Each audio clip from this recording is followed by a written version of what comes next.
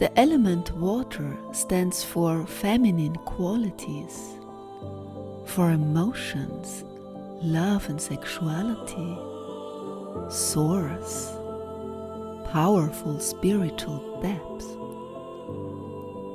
Water also has a refreshing, cleaning quality. My friend burns incense, and we devote ourselves to the dance with the water. When you get in peace with past experiences, when you integrate shadow aspects, something is healing. Such scenes and rituals are deeply nourishing. We are longing for this in our postmodern world.